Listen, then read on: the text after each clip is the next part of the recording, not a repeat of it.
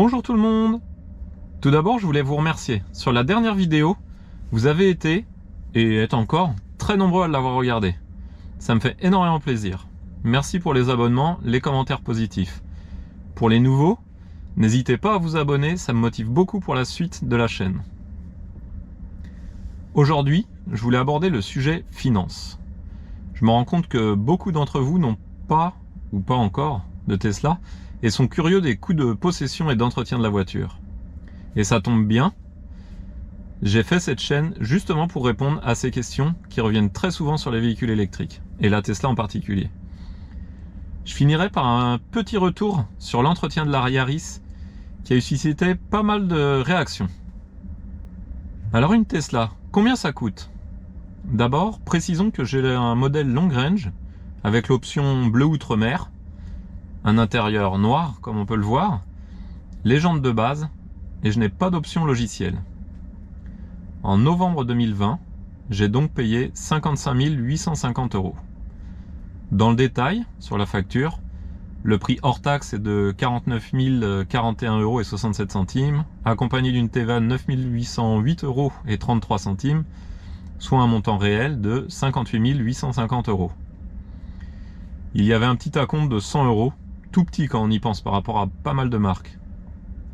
Et le fameux bonus éco de 3 000 €. D'où le montant final de 55 850 €. Pour ceux qui se rappellent, je l'ai payé début décembre 2020, précisément 24 jours avant la baisse de prix chez Tesla d'environ 5 000 € sur ce modèle. Baisse qui a quasiment disparu depuis, puisque les prix ont continué de varier. Qu'est-ce qu'elle m'a coûté d'autre? En plus de la voiture, chez Tesla, j'ai acheté un adaptateur P17 pour pouvoir la recharger sur les prises spécifiques. Ça m'a coûté 50 €. Et comme la plupart du temps, je roule sans les aérowheels, j'ai également acheté le centre de roue avec les caches écrous, qui était à 50 € également. Et pour pas être embêté à l'entrée des villes, genre Paris, Grenoble et toutes celles qui contiennent des ZFE, des zones à faible émission, j'ai également acheté la vignette critères pour véhicules électriques, donc qui est aux alentours de 3,67 si je me rappelle. Et enfin, j'ai également pris 2 cartes de recharge que je vous avais présentées dans une vidéo il y a un moment. Une première carte à 19,99 € et une deuxième carte à 4,99 €. Côté entretien maintenant. Vous l'avez vu dans la dernière vidéo, j'ai ajouté du lave-glace, le bidon m'avait coûté 2,49 €. Et comme je suis radin, je l'avais coupé à l'eau, mais ça c'est pour le détail. Et en fait, c'est tout. Mes déplacements chez Tesla, ou même au carrossier pour l'histoire des bas de caisse, j'ai une vidéo qui parle de tout ça, ont tous été pris entièrement sous garantie et ne m'ont donc rien coûté. J'ai les pneus hiver également. Ceux-là, je les mets pas forcément dans le budget parce que je l'ai toujours fait sur mes voitures. Mais si on veut, ça rajoute 783,39 €, montage compris. Par contre, je compte pas l'entretien en termes de lavage, parce que les produits, je les partage avec mes autres voitures. Et en gros, c'est un peu d'eau et de la peine de vilain, comme on dirait. Qu'est-ce qu'il y a d'autre? L'assurance, nécessairement. La Tesla n'est pas la voiture qui coûte le moins cher à assurer. Personnellement, je suis dans une mutuelle. L'année dernière, j'étais aux environs de 876 €. Et cette année, ça a fait carrément un bond de plus de 3,5 % si je me trompe pas. Et je suis passé à 907 € à l'année à chaque fois. Pour moi, c'est une assurance tout risque. Je suis à 50% de bonus depuis un moment. J'habite en région parisienne, la voiture est en garage. Voilà. Après, je m'étends pas plus sur le sujet puisque de toute façon, ce poste de dépense, il dépend énormément de la situation personnelle. Et je trouve que ça sert à rien de le détailler plus. Et je l'ai gardé pour la fin, le coût en électricité. Là, je vais faire simple, car je ne tiens pas une comptabilité précise de cette dépense.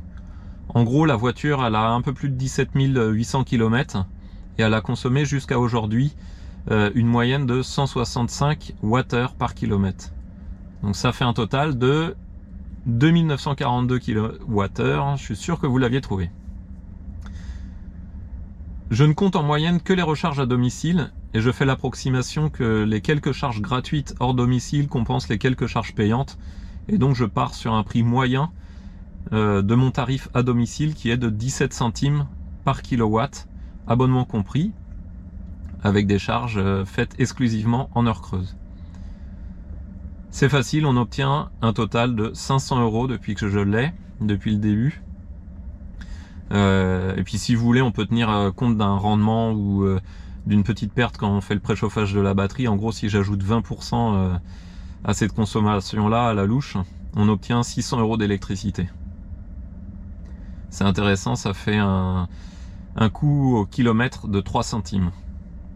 Je vous fais grâce d'un PV à 90 € l'année dernière, de l'abonnement à la connexion premium aussi que j'ai pris puisque ma période d'essai d'1 an a été finie. Cet abonnement il est à 9,99 € par mois. Du coup on peut faire le total. La Tesla m'aura donc coûté 55 850 € plus 50 deux fois de suite pour les accessoires chez Tesla, plus 3,67 € de vignette, plus 19,99 € et 4,99 € de carte de recharge, 2,50 € en gros de lave-glace, 783 € de pneus, 876 d'assurance et à peu près 600 € d'électricité. On obtient un total jusqu'à maintenant de 58 240 €, en oubliant les centimes. Alors bien sûr, il ne s'agit pas d'un coût de possession, puisque je finirai certainement par revendre cette voiture un jour.